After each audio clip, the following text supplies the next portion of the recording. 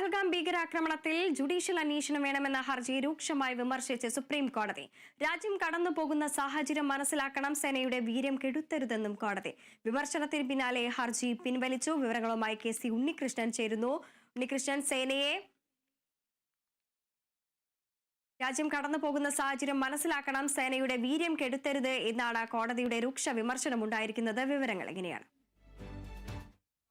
പഹൽഗാം ഭീകരാക്രമണവുമായി ബന്ധപ്പെട്ട ഒരു ജുഡീഷ്യൽ അന്വേഷണം ആവശ്യപ്പെട്ടാണ് ഒരു ഹർജി സുപ്രീം കോടതിയുടെ പരിഗണനയിൽ വന്നത്. എന്നാൽ ശക്തമായ ഒരു താക്കീത് ഹർജിക്കാർക്ക് കോടതി ഇതുമായി ബന്ധപ്പെട്ട് നൽകുകയുണ്ടായി. കോടതി ഈ ഹർജിയിൽ ഇടപെട്ടില്ല എന്നതാണ് ഏറ്റവും പ്രധാനമായും പറയേണ്ട ഒരു കാര്യം. ജസ്റ്റിസ് സൂര്യകാന്ത് അധ്യക്ഷനായ ബെഞ്ചാണ് ഹർജി പരിഗണിച്ചത്.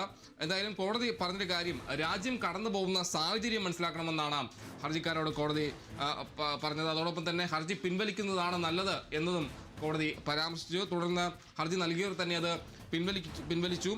എന്തായാലും ഈ സൈന്യത്തിന്റെ വീര്യം കെടുത്തരുത് എന്നൊരു കാര്യം കൂടി കോടതി പറയുന്നുണ്ട്. നിലവിലെ സാഹചര്യം മനസ്സിലാക്കിയാണോ ഇത്തരത്തിൽ ഹർജി നൽകിയതെന്നൊരു കാര്യമാണ് കോടതി ചോദിച്ചത്. സൈന്യത്തിന്റെ വീര്യം കെടുത്തുന്ന ഒരു നടപടി ഉണ്ടാകരുത് എന്നൊരു കാര്യം കൂടി കോടതി പറയുന്നു. കൂടാതെ ഓരോ പൗരനും ഭീകരതയ്ക്കെതിരെ കൈകോർക്കണം എന്നൊരു കാര്യം കൂടി കോടതി ചൂണ്ടിക്കാണിച്ചു. കോടതിയുടെ ഈ പരാമർശത്തിന് പിന്നാലെ ഹർജിക്കാർ തന്നെ ഹർജി പിൻവലിക്കുന്ന ഒരു സാഹചര്യത്തിലേക്ക് പോയി. എന്തായാലും മറ്റൊരു കാര്യം പറഞ്ഞത്, ഭീകരവാദ കേസുകൾ അന്വേഷിക്കുന്നതിൽ ജഡ്ജിമാർ വിദഗ്ധരല്ല, ഇത്തരം കേസുകളുമായി വരരുതെന്നും കോടതി ചൂണ്ടിക്കാണിച്ചു. എന്തായാലും കോടതിയുടെ പരാമർശത്തിന് പിന്നാലെ ഹർജി പിൻവലിച്ചു. വിനോദസഞ്ചാരികളുടെ സുരക്ഷ ഉറപ്പാക്കണമെന്നും അതിനുവേണ്ടി ഒരു പ്രത്യേക കർമ്മ പദ്ധതി വേണമെന്നും ഉള്ള ആവശ്യങ്ങളടക്കം ഈ ഹർജിയിൽ ഉണ്ടായിരുന്നു.